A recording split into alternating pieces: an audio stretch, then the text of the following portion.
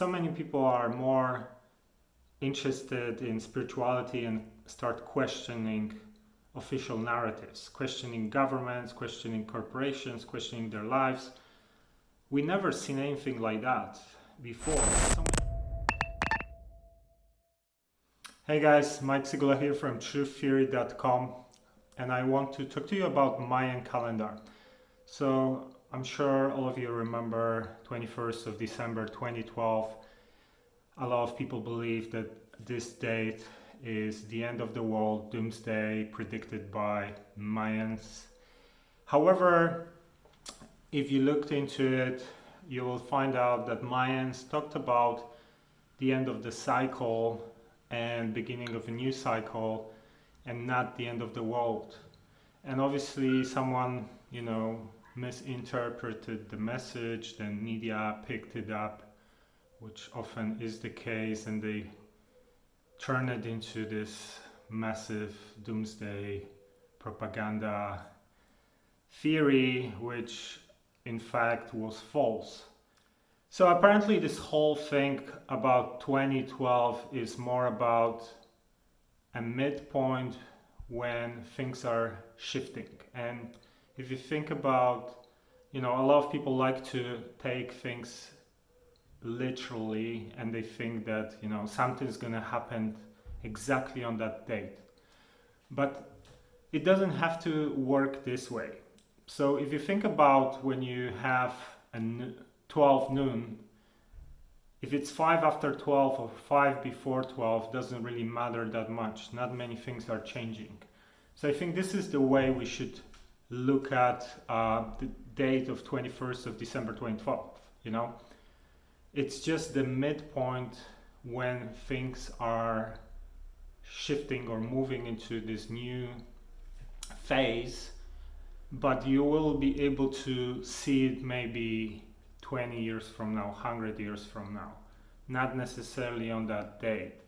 And if you think about it, this is the time when we had social media taking over full scale, which added a new layer of transparency. I think that the whole idea of this awakening process is about transparency. It's about people finding out and seeing things the way they are more than they were before.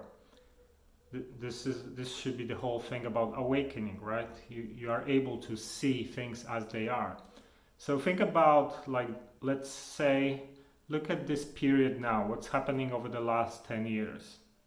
We have people like Edward Snowden revealing secrets of NSA, we have WikiLeaks, we have social media, and everyone has a phone so we can record crimes. If you have a police officer that is breaking the law, someone can quickly film it, upload it to social media, and next day everyone knows about it.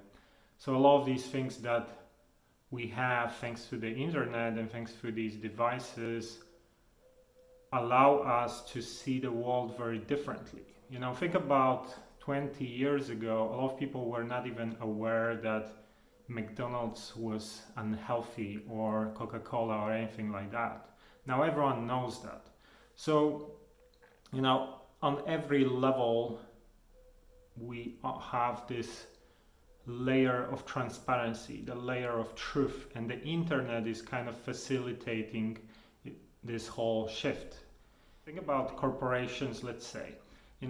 Before the internet, if my company was treating customers badly, no, I wouldn't find out as a new customer unless I would know one of their previous customers. Now, if they're unreliable, you can just quickly search their ratings on Google and read the reviews and all this kind of stuff. So on every level, there is transparency.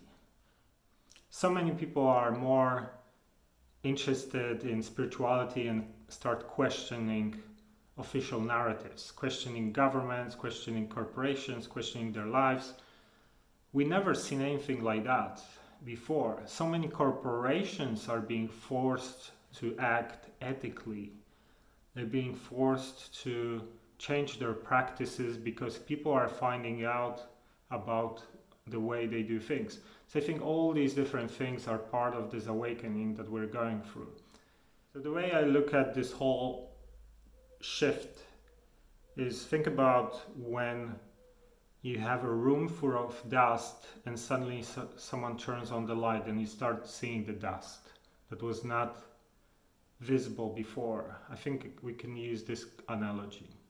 And at the same time, you know, we might be going through some form of awakening, but also there is censorship. So think about it like the old way of doing things is still fighting for survival when the new thing is appearing.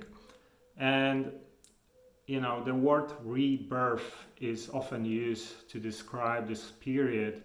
And when you think about a birth, it's a very painful process, but out of that painful process, something beautiful emerges. So it might be the same thing now. There is just resistance, and the new era is coming.